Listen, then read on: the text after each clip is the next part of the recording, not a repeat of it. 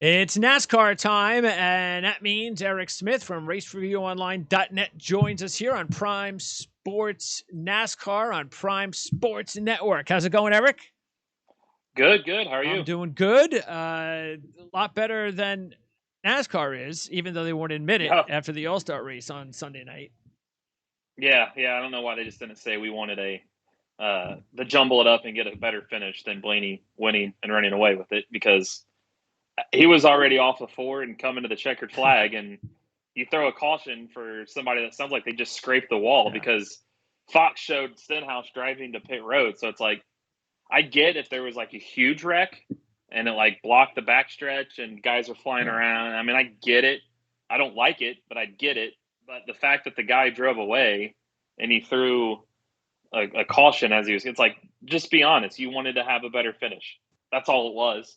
And he got exposed. And then the guy that won naturally took his window net down, and then you foobarred that too. So, yeah, not a good last couple of days for NASCAR. And Denny Hamlin, he's angry because he thinks that Blaney should have been penalized. Yeah, as he should have. Any other race, I mean, yeah, So, I mean, somebody made a good point I saw. If you're going to let in the past people drive down pit road or like anything like that, or you acknowledge that you were wrong, why'd you not just let them come down pit road and fix the window net and do it right? Because everybody else admitted, hey, he should. I don't think there's anybody in the field that would have probably had a problem with that, knowing that they had a problem more with the caution than anything. Yeah. And then you let him drive around whole. I mean, isn't that less safe than just driving with none of it made sense. No. And then their reasoning didn't make sense either. And they tried to manipulate it as usual, and it was just, again, it was confusing, and it didn't work, and it's not good. But because of this 2-race-a-year contract at Texas, hey, I got an idea. And I know they've had the All-Star race before Bristol, and I can't remember how it went, but I can't imagine it's any worse than this. So why don't you just take the dirt at Bristol and put it in Texas and put the All-Star race in Bristol, and that'll make everybody happy? Yeah, or let's just not go to Texas other than once a year. But they got the contract. That's the whole thing. They have to go twice a year to Texas. Well, that's where there's things behind the scenes. There's they're trying to get more control in that. Yeah. Oh, they're working on it. And the debate comes: do we really need 2 like All-Star race? Do we even need this race? We have the Clash. Do we really need another one that, like I read this week? I think it was Dustin Long. Somebody put, like, if you're going to have an All-Star race, if it's going to be an exhibition race, then yes, it needs to stand out from the rest of the races, because what would separate it from a points-paying race? But do we need 2 of them? Do you really need 2 of them in the year when it's already long enough? Like, I'd vote just eliminate the damn thing. Like, it doesn't make all these rule changes, and then it sounds so crybaby-ish when I hear Marcus Smith from SMI talk yesterday about, oh, well, the fans didn't want it in Charlotte, and now we move it. Now they don't want it here. It's like, just admit that you got it at the wrong track. It just, and the formats just, he actually said that we want to go back to Charlotte. Who said that? Fine. I don't know. Yeah. I mean, I'd rather go back to Charlotte than Texas, but I don't know where that came from. No, Texas, IndyCar's had problems with it. Now NASCAR has problems with it. Whenever they repaved it and then reconfigured turns 1 and 2 and then been adding all the PJ1 traction, it's ruined that racetrack. I mean, that racetrack is ruined. And we've talked about Fontana, that wanted to tear it down and make it a short track. Maybe you should do it to Texas. Maybe keep Fontana, because that race actually looked good this year, and maybe tear Texas down and make it a short track, because that track right now is absolutely terrible. In fact, one can make a case that Texas, and I know Kansas was better last week, but the attendance, 2 of the worst attended races are Texas and Kansas, and they're usually 2 of the worst races. I think we could just do without both of them twice. And if you want to shorten the schedule, let's shorten it by taking dates from those and maybe not adding them. Or the other factor is, maybe let's move the All-Star race to like a North Wilkesboro or like a track that isn't on the schedule that maybe would benefit because of packed house, and NASCAR gives the infrastructure. Like, hey, we'll donate some money here and let's spruce this place up, and for a thanks of running your track, and now your grassroots track is brought up to 21st century standards, and we'll come back 5 years from now or something. But Yeah, what they're doing right now doesn't work. It's unfortunate, but it's still at least been an overall good season now that we're getting back to regular racing. And Charlotte now, we got the opportunity to find out whether the domination that we have seen at this racetrack, if they've got a car just tuned up perfectly to a specific track, it could be domination, it could be boredom, especially with the 600. It's boring for another hour for no reason. But hopefully the new car will change that. We just got to keep our fingers crossed. And who knows, maybe with what happened last week, even we had 3 of the top cars go down last week because of tire issues. So maybe tire issues come into play again. It could. You never know. And granted, I mean, a 600-mile race, we've seen the next gen kind of tougher on equipment. So maybe, it could be maybe more of a race of attrition, which, hey, it spruces it up. I mean, going back to last week, the only reason I think Blaney won is because most of the heavy hitters got taken out by it. It's like, so that continues to keep happening.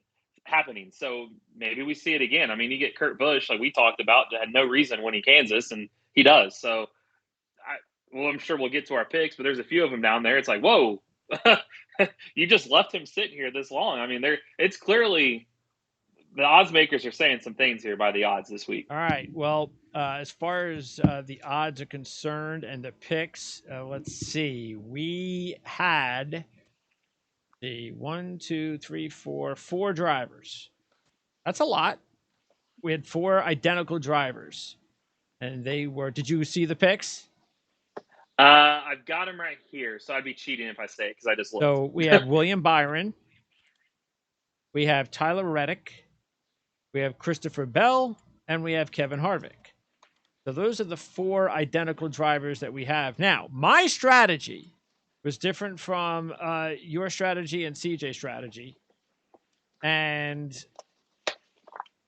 that was just because the reason I went away from Kyle Busch and Kyle Larson and Chase Elliott was because the odds are just so. It's either you had to do what you did, or I just don't think you do it. I'm surprised CJ decided not to go with Elliott because I think you're just picking it's like just lottery. Okay, well then I have to.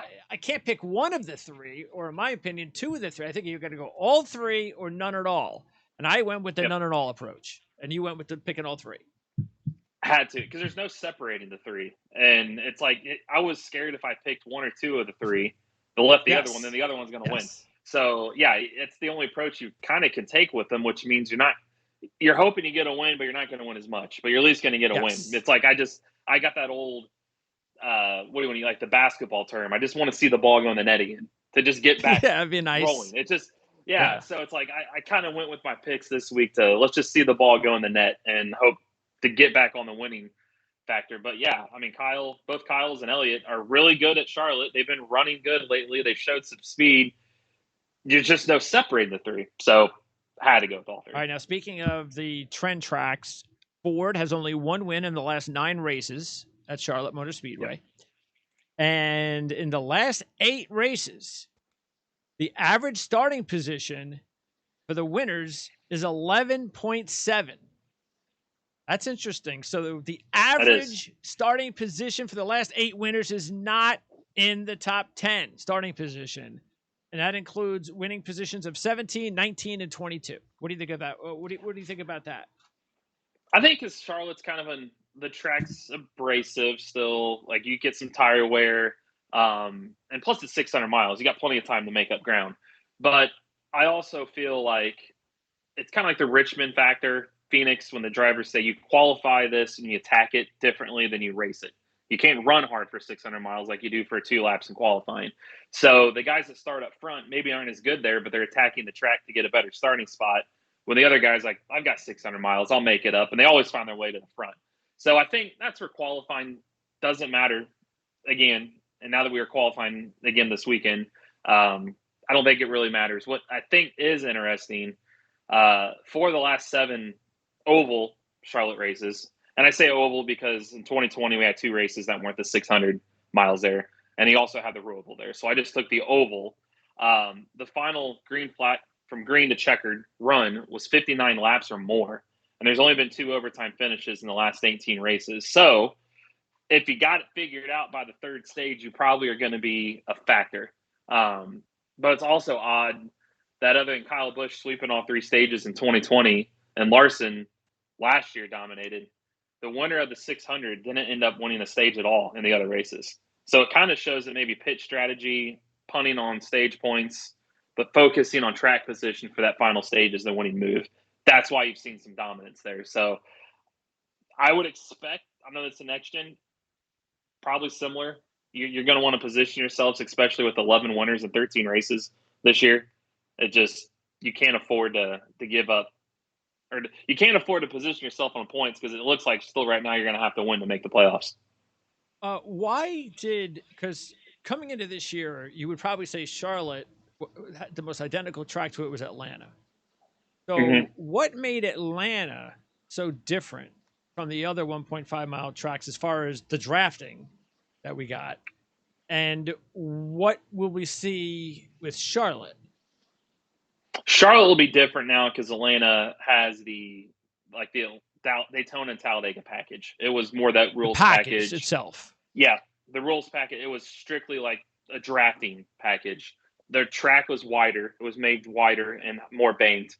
It was repaved.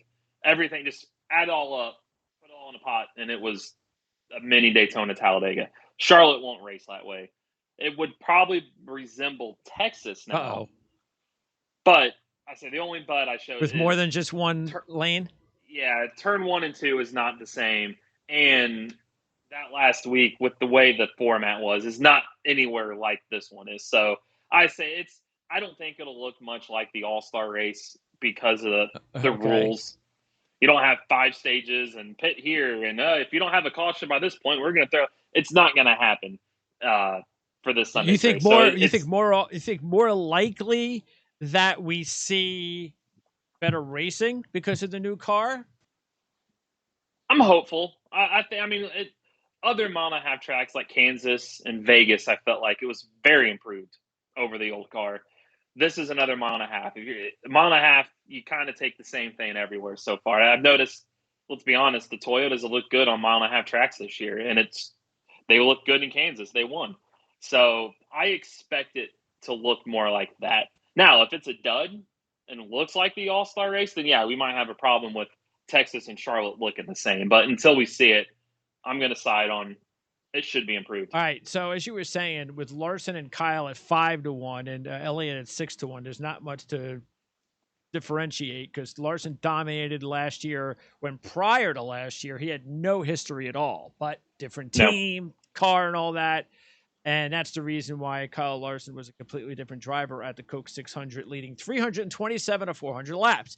Now, Kyle Busch, believe it or not, even though he has 15 top fives in his last 26 races, he's only won once, which happened to be the Coke 600 in 2018. So that's strange. He's also only led one lap in the last 3 races on the racetrack, while Chase Elliott's got 5 top fives in his last 6. 3 of those runner-up.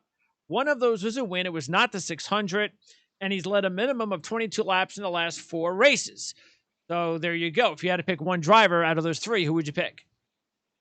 Probably Kyle, only because of how he's – or Kyle. About 2 times. Kyle Busch. Only because of how he's racing right now. I mean, he's starting the pole at Texas, so I expect qualifying to kind of look similar, other than the awkward pit stop that they just had, and that was a whole debacle too in Texas. I don't know if you saw that.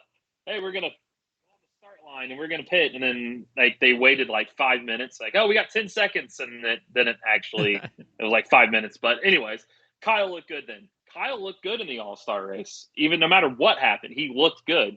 He's looked good lately. He has looked good lately. So the only question with Kyle and then another driver we're about to get to with Denny Hamlin is can they not screw things up with the extra 100 miles? That's what I was going to say. Can they finish? That's the key. They could get there, but can they finish? And I feel like the Hendrick guys, they should be strong, but it's like that's too obvious. Are they really going to go out and dominate again? Or is Toyota, who I said they looked good in Vegas? Remember Kyle and Martin Truex Jr. were 1-2 before that fluke caution. They probably would have finished there in Vegas. Kansas, Toyota cars were really good there. I mean, Kurt Busch won, of all people. And then Darlington, of all places. Before that wreck that we talked about, 4 of the top 6 are all Toyota. So I feel like Toyota's figuring it out, and they've won 4 of the last 7 Coke 600. So I just feel like it just feels right with Kyle Busch right now. Like he's going to come out and he's probably pissed off how last week ended. So if luck is on his side, I'll say we've seen that there's a lot of luck involved this year still, that Kyle's probably your best bet. By the way, CJ, the only one to take Martin Truex Jr., who has 9 top 10s in his last 11 at Charlotte, 7 of those top 5s, 3 of those are wins, 2 of those are 600s. And you're getting 10-1, but I just, and maybe you feel the same way. I just don't feel good about Martin Truex Jr. right now. I don't either. We got 13 races in this season, so we're at the halfway point of the regular season. He's got 2 top 5s. He just doesn't have it yet. Now, granted, we said that about Kurt Busch, and then he won. Yeah, so, I mean, I wouldn't be shocked if he won. Sure. I mean, it's a steal for 10-1 odds. I don't feel it. And he said about a month or 2 ago, I saw that, I mean, his future for next year is still uncertain. And he talked about wanting to make a decision probably by Gateway or soon after. Gateway's next week. And I feel like he's probably mulling that still right now. And you've seen it stick in ball sports that until you get your future solidified, It's always that muddy cloud and you just can't get the ball. I feel like if he's going to retire, once he announces it, I think his finishes will get better. If he's going to come back next year, once he announces it, is going to get better. But I feel like the reason he's just kind of up and down right now, but not great, is because of that. I feel like that's a cloud hanging over his head, and I just don't feel at this moment right now Truex Jr. is ready to win a race. Okay, at 12-1, CJ and I were equal in taking all 3 of these drivers. You went with 1, and that was William Byron. Byron had his best race last year, finishing 4th.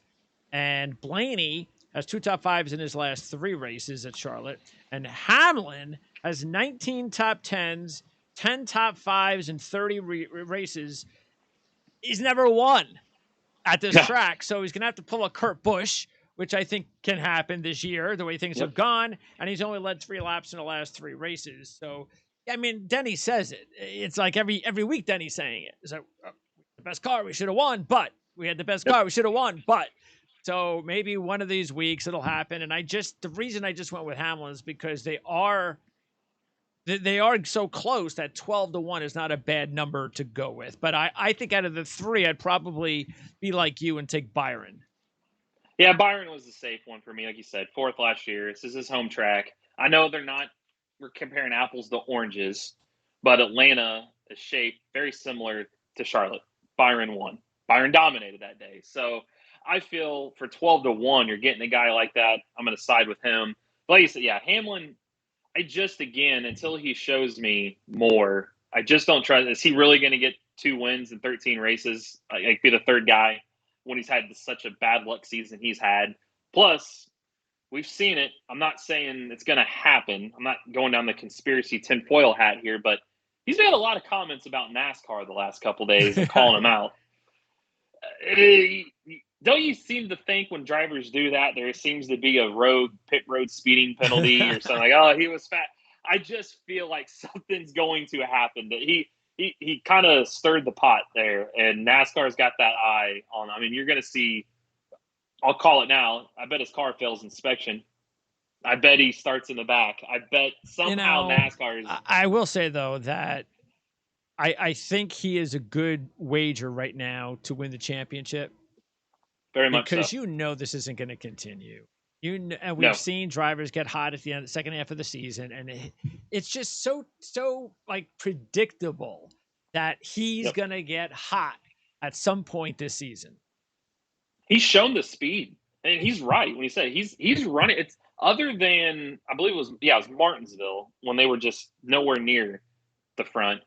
He's been in the running every other week. He's always right there. It's just something happens. Well, eventually, that something stops happening, and now your ball starts rolling. He's another guy that I'd make that bet, and he's, coincidentally enough, a team co-owner with Michael Jordan that just needs to see the ball go in the hoop. Yep. I feel like that's where he's at, because once he sees it again, I agree with you. And that's what I wrote with my burning questions coming out Friday is how many more – 11 winners already. We've only got 5 spots open in the playoffs. Are we really going to hit 16 different winners? I question it because eventually somebody like Hamlin, somebody like Ryan Blaney, who's been up front, like somebody's going to get hot. Yeah. Somebody's going to start winning. You're not just going to keep having random winners every week. Hamlin's that guy that could get hot. He's that guy that you look at, that you sit, he's back in the points, he's not doing a whole lot, and all of a sudden he speeds third, like last year. And a friend of mine, works in NASCAR, made a comment to me over the weekend. He used to work in NASCAR. He's like, a single Denny Hamlin without drama is a good Denny Hamlin. He starts winning. Then he's starting to get the drama out of his life. Kurt Busch, single Kurt Busch now, oddly enough, he wins a race. I just feel like things are going to start coming in Toyota. They're both Toyotas. Yeah. So, yeah, I don't know necessarily this week for Hamlin, but I think it's coming. It's coming soon. 14-1. We all passed on Chastain, who does not have a good history here, but that's okay. This is a different year for Chastain, but still, we all passed on him. Reddick, though, as we mentioned before, is the one driver we all went with at 14-1. He has 2 top 10s in three tries in the Cup Series. He also has a win in the Xfinity Series. And then the other driver, which I was really surprised that neither one of you guys took Bowman, but I not only took Bowman, but he is one of my top 2 investments this week. He's got 3 top 10s in his last 5. 5th last year, led 164 laps in the 20 Coke 600. Again, with that Hendrick car and Bowman, how much better, more consistent that he is this season, I could see him doing really well in a race with an extra 100 miles. Oh, yeah. He definitely could be up there. The $100 we had to wager, well, you invested 3 on the top 3, so that's and I did top, not. And then some of those guys, which we'll get to in a second on the bottom, I felt like he merited some money thrown their way. So combine the two, I was out. But some of them, at the bottom, just because of their odds, why not throw some money their way? So they kind of took Bowman's place, so Bowman will probably win. But yeah, I went elsewhere. 16-1 is Kurt Busch. He only has 1 top 5 in his last 9. He won the 2010 600.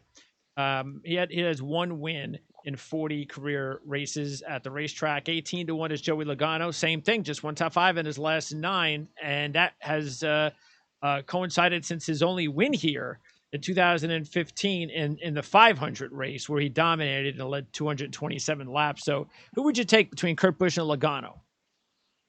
Ooh. Probably Logano, only in the sense, stats-wise, I take Kurt. Just he's getting better there. I mean, he's not been terrible. He's only got the 1 win, but he's got 3 top 8s in his last 5 at Charlotte. So I feel like he has a top 10 car, 8 in his last 11. However, you really think on this season of parity that Kurt Busch is going to be the first guy to win back-to-back races? I just don't trust him. Logano. The reason I say Logano, it hasn't been a great track for him, but he looked good at Texas last week, and we'll see if that correlates anything together. But for 18-1, and thinking Kurt's probably not going to be the guy to go back to back. The last 2 winners, Joey Logano and Kurt Busch, 16 and 18-1. 16. And isn't that crazy? Yeah. Kurt Busch, who up until this week, every week was 40-1. 25, 35-1. Yep. Now he wins 1 race and he's 16-1. And Logano has been 12-1 every week, and now he's 18-1. Yeah, and Logano at this number is probably right for the 600. But Kurt, I thought that was a little steep for Kurt right now. It's you were probably in the wheelhouse at 40-1 most weeks until, 1 race doesn't make up. I still look at all those 29th or worse finishes going into that win. It's 1 week doesn't make things right all of a sudden, especially when you have an all-star race between. I want to see some consistency. 16-1 was a little steep. I'm I'll punt that right now. And I need 2 drivers that we all took. Bell 25-1, Harvick 30-1. Bell is one of my top plays like Bowman, because not necessarily how he's fared in the Cup Series. He has 1 top 10 out of 3. He has 2 top 5s in 3 Xfinity Series races. He actually was on the pole in the 33 laps in the other Xfinity race that he crashed at.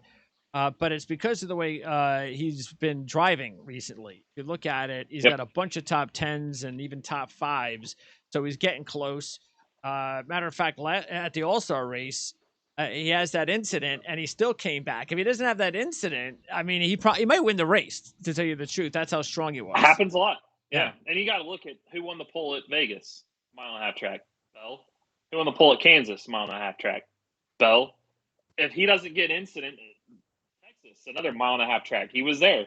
here we are, another 1.5-mile track. If he can put, like we talked about Hamlin, a clean race, 600 miles. Granted, we're asking a lot because it's 600 miles. If he can have a clean race, you're getting him at 25 to 1. Benefit. So it was a no-brainer. 25 to 1. And Harvick, 30 to 1. 30 to 1. That guy was like 3 to 1 and 4 to 1 2 years ago. He's got 4 straight top 10s, 6 in his last 7. He's 30 to 1 right now. 17 top 10s in his last 20? Just crazy. Yeah, he's not like he forgot how to drive. No. It's just once they can get things rolling, and it's 600 miles of racing. We've seen guys take each other. We're not saying he's got to be good in the first 400 miles. If you see attrition and he's there, I would kick myself if I didn't pick him for 30 to 1. It's like, at least get some money on that. Now the really big long shots, and CJ and I were the only two to take Suarez, but you have Suarez on your fantasy team, so you still win. But he hasn't shown anything in the Cup Series, but he has a good Xfinity Series resume. So Suarez knows how to race on the racetrack, and he kind of seems like, if we're looking for that next 40 to 1 kind of long shot, Suarez is definitely one of the guys that I think we need to keep an eye on. He is, and I almost did, and I got to thinking with him, you don't see a lot of rookies get their first, not rookies, but drivers get their first career win in the 600. There's a few, Gordon, Kenseth, like you've seen Junior win the All-Star race. Is Suarez really going to get his first career win in a marquee event like this? I just don't feel like his stats have merited that. Well, he could steal it like Austin Dillon. Now you could do, that would be, it could happen. Yes. But his luck has just been crazy bad lately. And he was good at Kansas. I mean, he's better than 40 to 1. But speaking of Dillon, I just went elsewhere because he had a little bit longer odds, and I feel like RCR is running better right now. Yeah, you were the only one to take Dillon, who won the race in 2017, even though in 13 career races, he's only led 10 laps. What was that, the last lap that he passed? Yeah, Junior or Harvick. One of them ran out of gas. Okay. And he saved his fuel enough. But RCR is kind of, they're just, I think I looked for the last 5 weeks, the guys finished the top 3 between him and Reddick. So I feel like they're still better now than they have been in the past, and you're still getting them at 50 to 1. Got them both. So, yeah, took them both, and I took 3 of the Hendrick guys. So, kind of either Hendrick and RCR or the rest, and I took both and went some long shots. Well, I stayed on the Chevy bandwagon with Stenhouse, and I put a few bucks on him. I just picked him up on my fantasy team, and this was the reason. I'm banking on him having a good race. He's got 3 straight top 10s coming in. So if he doesn't have a good race, I ditch him for someone else, because this has to be the race that he continues his momentum. He's got 11 top 15s in 17 races, with 3 top 10s in his last 5, including 2 top 5s. And he has 3 top 10s in his last 4 Xfinity Series races. So everything is kind of, on a really good path that says that he's going to have a good night on Sunday night. It is, and he's there. Or he'll wreck, and then it's over for a season. I was going to say he's got some momentum now, so he's there. So it'd be interesting to see if he can piece it all together. And he's also 50 to 1. Yeah, he's talking about another guy. He was around that 70 to 80 to 1 mark for weeks, and now he's getting there, but yeah, it's a solid number of 50 to 1 for him. Cindric also 50 to 1, Briscoe 60 to 1, Wallace 70 to 1, Jones 70 to 1, and Almirola Keselowski are at 80 to 1. Keselowski has 2 wins on the track, including the 2020 Coke 600. You decided to put a couple of bucks on Chris Buescher at 100 to 1. He has 3 top 10s in his last 4, which has got to be the best racetrack for Chris Buescher. And Custer you went with at 300 to 1. Yeah, I think it was a little disrespectful they had Buescher at 100 to 1. I mean, like you said, his stats aren't bad there. He's good on tracks like this, and we've seen attrition. He's not like he's with. I mean, yes, Roush, Fenway, Keselowski Racing. They've not won since 2017, but it's been a crazy year. 100 to 1, like you could throw $2 and make a pocket $100 on that bet, and then Custer with Stuart Haas. I mean, he hasn't done anything at Charlotte, but 300 to 1. My goodness, like. I don't care if he finished last every week this year. If a guy with the top team's 300 to 1, I'm going to roll with it any day. I mean, you're playing that lottery. Just eventually, you're gonna if it hits. So, but this has not been a good season for Custer. Is no. he safe next year? Only reason I say yes because his dad is like a high up official at Stuart Haas. I was gonna say if that was any other driver with a top team and they were 300-1, that should say a lot about your job status. But hey, I mean, I don't think his dad's gonna fire him. But yeah, that just 300-1 is crazy for. It's not like we're talking about a Rick Ware car or something. We're talking about Stuart Haas Racing and 300-1. Pick it up. All right. So, and what would your top pick be? You said it would be. You would basically go with Kyle Busch. Okay. Yeah. All right. And my top two. I'd say he's my top pick, and my top sleeper would be Bell. I'd say Christopher Bell, 25-1 is your top sleeper, and my top pick would be Kyle Busch. All right. Next week, we are going to be in Illinois. So this is a new track, correct? For NASCAR. For NASCAR, yeah. Yes. I've been there. IndyCar has been there the last 2017 they started going back. The trucks have raced there every year the last several years. Xfinity used to race there, but it's the first time the Cup Series over there in Gateway. So it'll be a good – I don't know how good the racing will be. It'll probably run like a hybrid New Hampshire, Martinsville because of the turns. It'll be packed. They do it right over there. They know how to promote. That race will be packed. What's it going to be the most similar to? Probably Darlington? I'd say probably New Hampshire. It's got long straightaways, kind of tight turns, but the turns are like Darlington in a sense. They're not. You don't run the top, but they're two different shapes. Like turns 3 and 4, like an IndyCar, an example, will be flat out turns 3 and 4, and they even have to lift in turns 1 and 2. So it's hard to get the setup right because there's two different. They're not the same. Okay. So it makes it interesting. And it's an age surface. So it's probably because of the longer straightaways, I'm going to say run like New Hampshire because the Cup car is going to have to – they're going to have to get off the throttle in the turns, and you can move somebody if you wanted to. Well, this is going to be an interesting stretch because this is the stretch this season that is just going to be – I mean, as crazy as it has been with all the parity, you mix in all these races, new tracks, road course races, and that kind of stuff, which is what we're going to be dealing with over the next 6 weeks or so. Who knows? Maybe we get some more weird winners. It probably will, only because, you got an inaugural race. Then you go to the West Coast road course. And then I believe Nashville. The week after that, week off, Nashville, second year there. Then second year at Road America. Then you're at Atlanta again, which is like a super speedway. Then you got New Hampshire. So, I mean. And Pocono. And Indianapolis. So you got another road course. So you've got. And Watkins Glen, I think, right after that at road course. Michigan's only race, and then Richmond, and then Watkins Glen.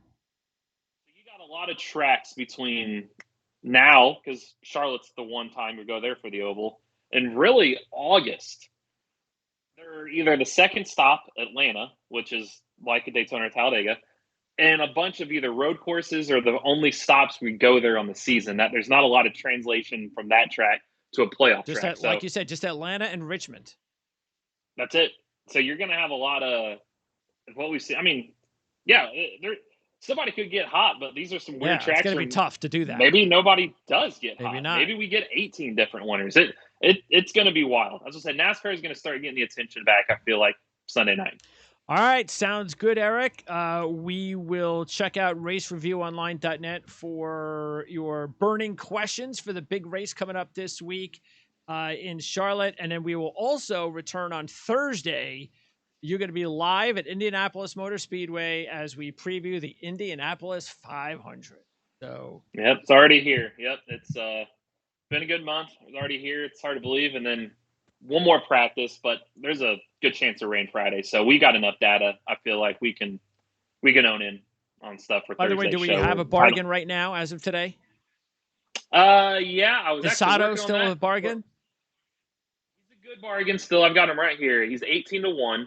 I still think Pagano 25-1. 3 top sixes his last 4 500 starts. 25-1. I still like. Get this. Again, he's starting towards the back. It's going to be hard for him to win from here. But Juan Pablo Montoya, a 2-time Indy 500 winner, 2 different teams, is 80-1. Throw some money that way. Santino Ferrucci starting 15th. He's finished 7th, 4th, and 6th in his 3 Indy 500 starts. He's 60-1. He's starting 15th, so another good bargain. Connor Daly told me his car feels really good. He started 19th last year. He led the most laps. He's starting 18th this year, so he's right around the same spot. He's 50-1. So there's some good bargains. I like the bargains more than the favorites right now. I like Scott Dixon. I've got him. Spoiler alert, my article coming up. He's 5-1, but I just don't feel like he's going to win. Only the fact he's on the pole. He's the top 2 of every practice session. He qualified well again. Like I say, he's on the pole. He led 111 to 200 laps in 2020. He has 2 top 3 finishes his last 4, but he has not won the Indy 500 since 2008. He's got all these speed. Every year, it's Scott Dixon. I like Scott Dixon.